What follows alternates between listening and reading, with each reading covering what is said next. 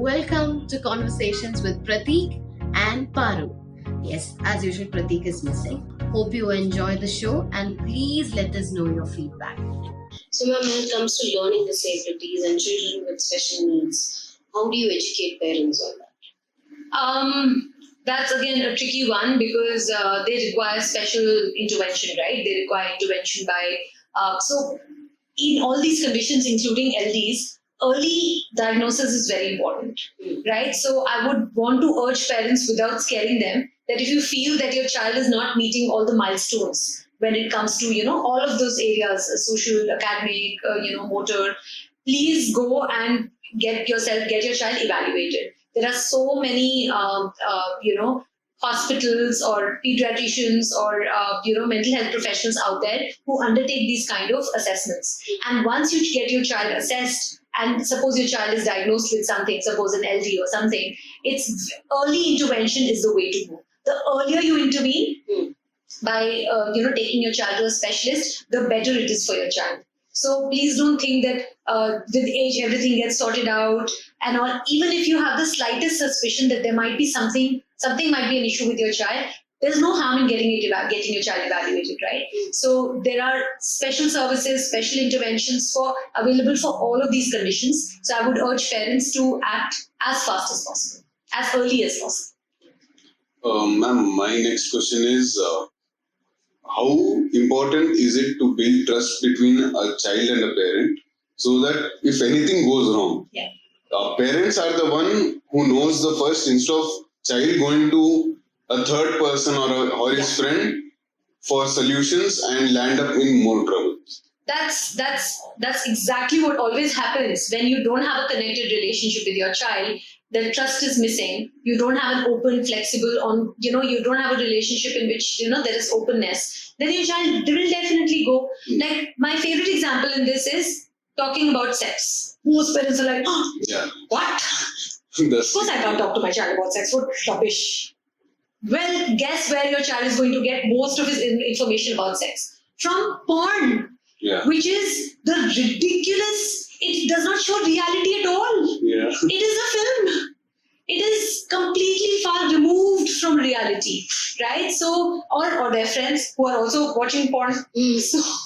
So please educate, inform, read up. And yes, you might feel conscious. Yes, your own parents might have never spoken to you about these issues, but you never had a phone growing up. You never had a data-enabled phone in which one click and you can see images of naked people, right? So your kids do. Unfortunately, they have access to, one-click porn, right? So it's even more important for parents of our generation to talk to their children again in an age-appropriate way about things which they are even more uncomfortable talking about. And if you're uncomfortable, it's okay to feel uncomfortable. In fact, it's okay to tell your child, you know what, I'm very uncomfortable talking about this, but you know what, it's important for us to talk about this. So let's just roll along. It's fine. You don't have to be like a super duper ninja and say, you know what, I know everything.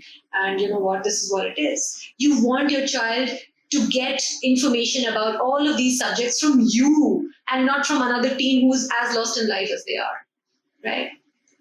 So when a child comes up with a problem or he's going through a bad phase, parents, what they usually do is blame it on whatever situation we are in. Like, more especially if you are having, if you are using phone at that time. They're like, phone is the biggest issue of your life. Throw it out. They take it away. Or if you are going through a breakup, it's like, see, I told you, relationships is not meant for you. Not at this stage, at least. So, we know that this is a problem. We are not here to listen to the problem or blame game. We are here, we opened up to you to know that everything will be all right, or you're there to support them. But how do they? So I would just like to state one groundbreaking research in this regard, okay, to parents, and this message is for parents, for you to know that blaming your child or the technology or their friends group or whatever it is does not help. And that research says that the single biggest factor which determines whether your child develops resilience, right? The ability to bounce back after any kind of upset or failure, is the presence of support. And that support cannot be given by friends at that age. It cannot be given by even your teachers. That support has to be given by the parents. And the single biggest factor for a child developing a resilient mindset is, despite the child experiencing those difficult feelings, those big feelings that they are going through, that they have the support of a trusting, warm, supportive adult, which most of the time is their parent. Right. And so to the parents who I mean, it's natural to want to blame, because you don't want to, it pains you to see your child in pain, right? It pains you to see that your child is going through something that you don't want your child to go through.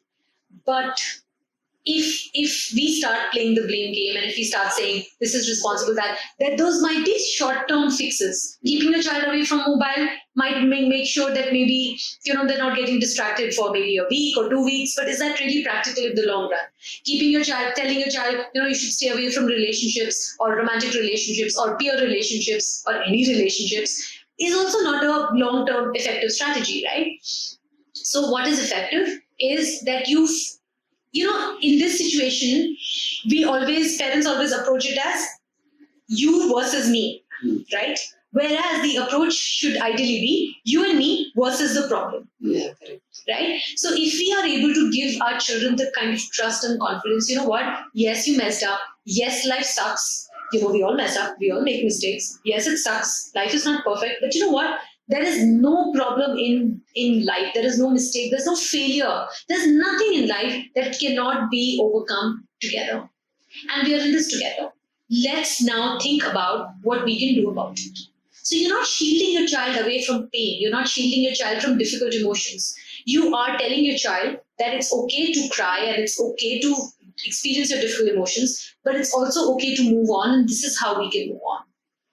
Right? By tackling the problem head on together. So my second question is the society pressure that the parents have, that most of the activities that they say no for is because of the society. Sometimes the child thinks that if it comes to this, then my parents the society is more important to the parents than my wish or my happiness. So what goes on in a parent's head, and how can a child try to understand parent situation?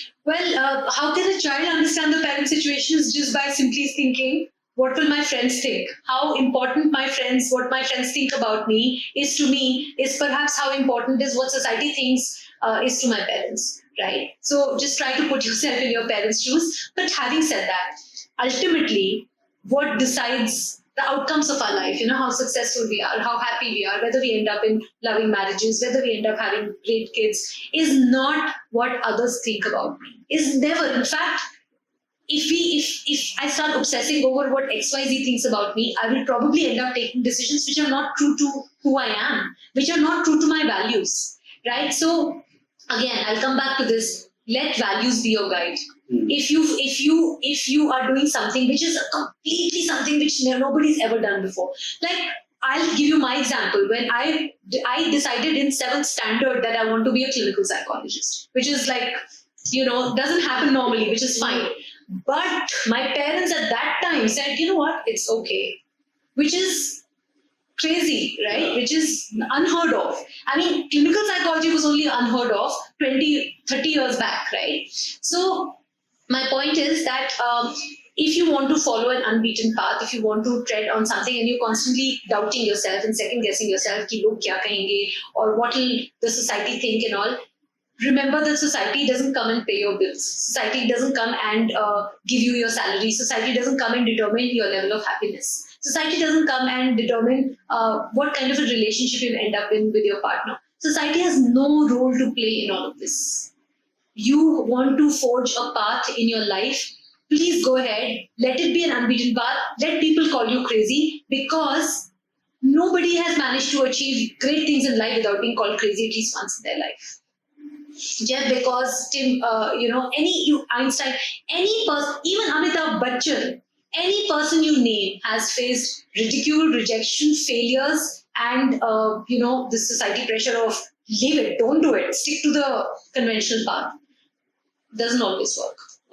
My leading question to this would be, how important is it for parents to make their child realize that rejection is not a setback or not the end of your life? It's very important. By not reacting to your child's failures as if this is the end of the world, you'll only be able to send this message to the parents that it's important to help your child deal with the failures better and therefore become resilient and therefore develop a growth mindset by not reacting to their mistakes or failures as not doing that, but just saying, oh, okay, you messed up, we all mess up, let's think about what next, what can we do about it. Starting from something very simple, something very, very simple. Your 4-year-old spills the glass of milk all over the floor and then blames it on the dog. Like, ek to tum jhoot bolte ho, upar se blame kar. I mean, you know what I'm saying, right? Yeah. It starts from very, very small things and then builds up. So be mindful of your words with your child and think about how you react to their mistakes. And if I were to make the same mistake as an adult, mere haath se bhi cheezein fisalti hai, right? So, I mean, I in fact dropped my phone, and imagine the cost of that versus a glass of milk, right? So it's very important to be self-reflective. You know what you were asking me, my own conditioning, my own patterns, what I think about, how I parent is very important as well. So I hope that was really informative and you guys enjoyed the show with Dr. Meghna. Please do not forget to like, subscribe, comment and share. And please follow us on our Insta handle. It's given down. Also, please follow Dr. Meghna, because when you're going to be a parent, she's going to be really helpful in dealing with your kids and your grandkids and others also. Please look at her profile also. She's a very informative person and you can get a lot of information from her, and that too in the fun way. Like, she tells you in a really, really fun way. Hope you've seen our conversation with her. So stay tuned for more interesting videos.